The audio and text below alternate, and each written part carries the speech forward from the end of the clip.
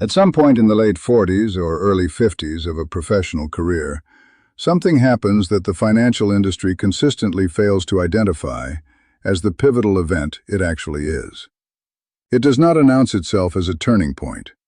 It arrives without drama, without ceremony, and it is accompanied by a feeling that is almost universally interpreted as success, rather than as a moment requiring unusually careful decision-making.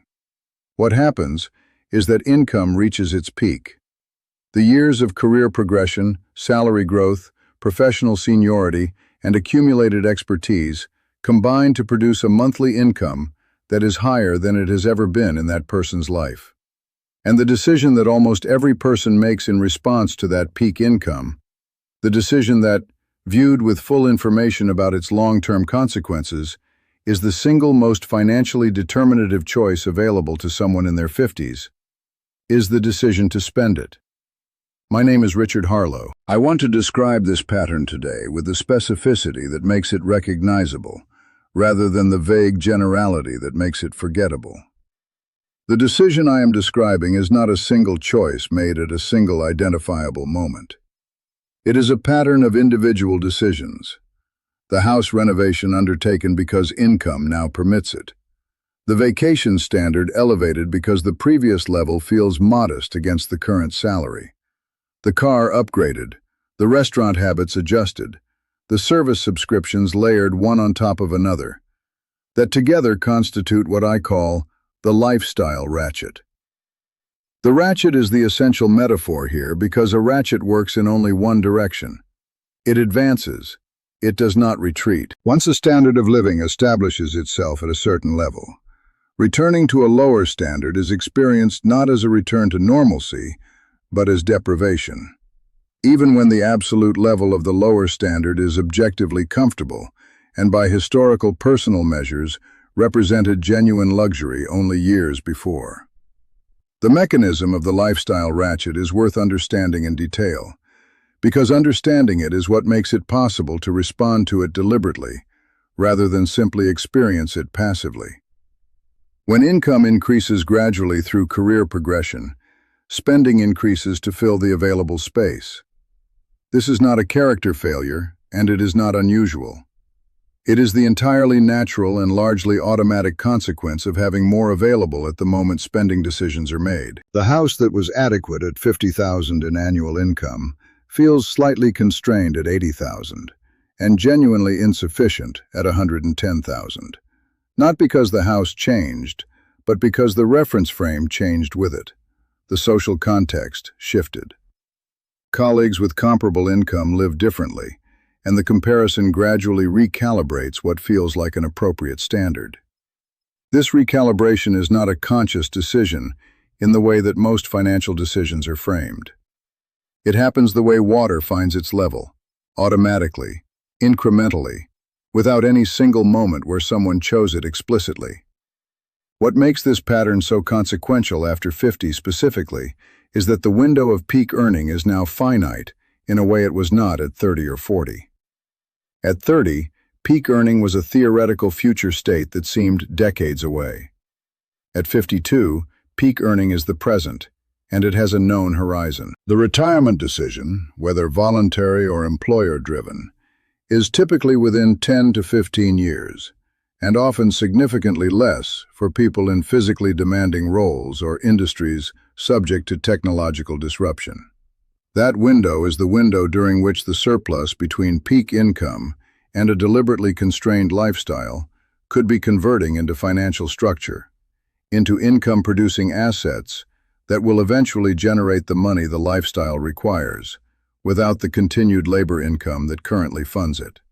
The lifestyle ratchet is the mechanism that eliminates that surplus before it can be converted, not through any identifiable extravagance, but through the accumulation of standards that seemed individually reasonable and became collectively a lifestyle that requires peak income to sustain itself. I want to tell you about a man named Conrad. Conrad was 54 years old when he first came to see me. A senior project manager at a technology firm earning a salary in the upper range of his profession at that seniority level. From outside, his life appeared well-ordered and prosperous. A large house in a good area, appropriately maintained. 2 cars that reflected professional standing. Children who had attended good schools on costs that had been absorbed with effort but without crisis. Annual vacations that had gradually upgraded over the years to reflect his growing income. He came to see me because, as he put it with the professional precision I appreciated in how he framed problems, his net worth was not growing proportionally to his income, and he could not identify the specific failure responsible for that discrepancy. The analysis revealed something I recognized immediately. Conrad's income had grown substantially over the previous 12 years. Meaningful salary increases in 7 of those 12 years. Total compensation roughly doubled since his early 40s. His lifestyle had grown at almost exactly the same rate. Not through any dramatic escalation, through the steady, invisible accumulation of the ratchet. The house had been renovated twice, each project representing what felt like a modest improvement to an existing asset, rather than a consumption decision. The car situation had evolved from modest to comfortable to what he described as appropriate for his professional context.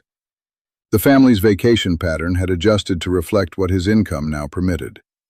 The accumulated effect of these individually justifiable decisions was a monthly expenditure structure that consumed approximately 90% of his monthly take-home income, leaving virtually no surplus for building any financial structure beyond the life itself. What this meant practically was something Conrad had never calculated with precision before we did it together. At his current accumulation rate, directing roughly 10% of net income toward a retirement account, his financial position at 65 would be meaningful, but not independently sufficient to maintain his lifestyle without continued income or a dramatic reduction in spending. The lifestyle he had built required roughly $8,000 per month to sustain. His projected financial structure at 65 would generate roughly $4,000 per month. The gap was the compounded financial cost of 12 years of the lifestyle ratchet operating uninterrupted.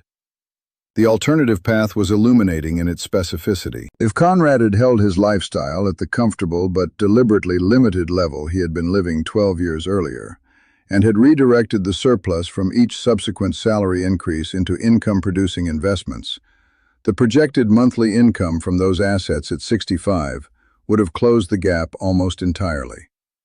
Not because any individual raise was large, because the cumulative surplus from holding the lifestyle constant over 12 years represented a significant annual deployment of capital that, compounded over time, produced a structure capable of generating the income the lifestyle required.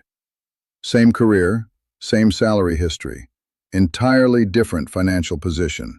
Because one version of Conrad spent the surplus on maintaining an expanding lifestyle, and the other built assets with it. What Conrad did in the 18 months that followed was methodical. He identified the largest components of the ratchet, the ones whose compression was genuinely uncomfortable, but not harmful to what he valued most, and he reduced them with deliberate intention rather than gradual drift. He established an automatic savings rate that captured a meaningful share of his monthly income before spending competed for it. He began building the dividend-oriented equity portfolio that the model had projected. The process required real effort. Compressing a lifestyle that had settled at a certain level took more conscious decision-making than the expansion had ever required. But the compression was possible, and 5 years after beginning, his financial trajectory had shifted from one that led toward an unfillable gap to one that was closing it year by year. The decision I have been describing, whether to let the lifestyle ratchet operate unopposed through peak earning years, or to hold it deliberately while redirecting the surplus toward financial structure, is available to you right now if you are in or approaching peak income. It is not a product decision. It is not a market timing decision. It is a structural decision about what proportion of your peak income builds your financial future versus maintains your present life. Unlike almost every other significant financial choice, this one is not made at a single moment. It is made continuously, in each individual decision, about whether the next incremental lifestyle improvement is genuinely necessary or whether it is the ratchet advancing another notch. The person who holds the ratchet consciously arrives at the retirement decision with financial options. The person who does not arrives needing to continue working to fund a life that has quietly become dependent on their continued full income to exist. Before you do anything else with what you have just heard, before you look at any account or any product or any plan, I want to give you one specific task. Sit down with your actual account statements from 10 years ago and your actual statements from today. For each of the 3 largest expense categories in your monthly budget, write what that category cost 10 years ago and what it costs now. The difference between those two numbers, compounded over 10 years at reasonable rates, is the beginning of your calculation of what the ratchet has cost you so far. Not as a source of regret, as information. Because decisions made with accurate information produce different outcomes than decisions made while looking away from the number.